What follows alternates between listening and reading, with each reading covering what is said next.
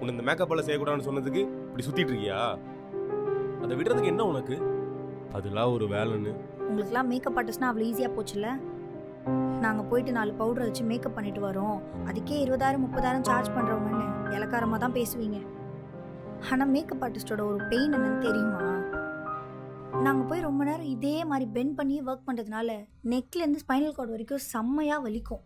ஒரே இடத்துல ரொம்ப நேரம் நின்று வேலை செய்யறதுனால கை கால்லாம் சொல்லவே தேவையில்லை, செம்மையாக வலிக்கும். வெரிகோஸ் கூட வர வாய்ப்பு இருக்குது.